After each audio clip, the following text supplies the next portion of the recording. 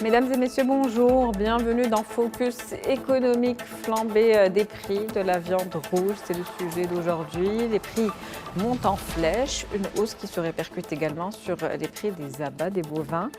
En cause, la sécheresse et la hausse des prix des aliments pour le bétail. Pour faire face à la situation, l'Office national de sécurité sanitaire des produits alimentaires a pris une nouvelle mesure.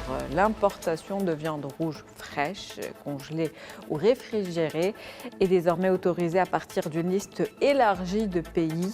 L'ONSA a précisé que toutes les viandes importées devront être accompagnées d'un certificat sanitaire émis par les autorités compétentes du pays d'origine ainsi que d'un certificat d'abattage halal délivré par un organisme donc agréé. Cette nouvelle mesure permettra-t-elle de stabiliser les prix sur le marché marocain?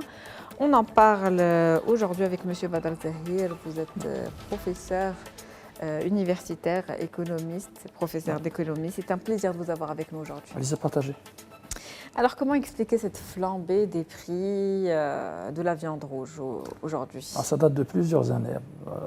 Ça fait maintenant, cette hausse des prix s'inscrit d'une façon générale. Donc, c'est dans le contexte d'inflation qui a vraiment secoué l'économie internationale, pas seulement l'économie nationale. On se souvient de la perturbation des approvisionnements en céréales et aussi en aliments destinés au bétail qui ont vraiment causé la flambée des prix, sachant que les principaux exportateurs des dits produits, ce sont l'Ukraine, la Russie et d'autres pays qui ont été concernés par le conflit qui s'est déclenché, ça fait plus de 2 ans, 3 ans. Donc c'était la première cause, c'est la perturbation des approvisionnements qui a causé la hausse des prix. Mais aussi, il faut ajouter d'autres déterminants en relation avec ce dérèglement climatique, avec le changement climatique, avec cette sécheresse structurelle depuis 6 ans qui a vraiment secoué la production, notamment de fourrage et des aliments destinés au bétail au Maroc, et qui nous a poussé vraiment à aller chercher pour nourrir notre bétail ailleurs, c'est-à-dire chercher à augmenter les importations de fourrage et des aliments destinés au bétail. Donc on a importé ces aliments à des prix chers, ce qui a causé directement la flambée des prix au niveau national de la viande rouge. En ajoutant à cela que d'autres éleveurs et aussi producteurs de la viande rouge se sont aussi été touchés par la flambée des prix des hydrocarbures, la flambée des prix de certains produits en relation avec cette activité d'élevage. Et aussi, durant un certain temps, ils ont été dans l'obligation de sacrifier une partie de leur bétail pour garantir une certaine continuité de leur activité. Et on a vu dans un certain temps, il y avait une baisse spectaculaire des prix, mais juste après, il y avait une hausse sans précédent des prix. Aujourd'hui, les prix du kilo de la viande, que ce soit bovine ou caprine, dépassent les 110 dirhams, elle atteint jusqu'à 130 dirhams.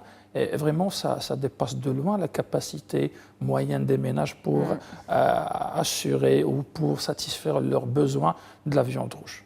C'est des prix en tout cas jamais vus au Maroc. Vous l'avez dit, les causes sont multiples. Au niveau de la chaîne de distribution, est-ce que c'est on va dire la multiplication des intermédiaires, les intervenants, qui peut faire spéculation, en sorte peut-être parce que ces prix augmentent. Donc c'était très, on a constaté que vraiment au niveau des chaînes d'approvisionnement des produits agricoles, le rôle joué par les spéculateurs ont joué un rôle négatif au niveau de l'équilibre des prix au niveau national.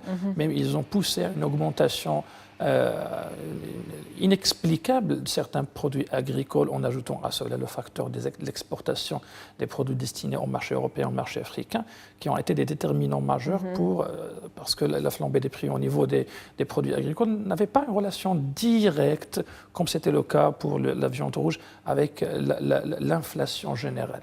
C'était juste dans un certain contexte en relation avec les spéculations, les marchés de gros et tout ça.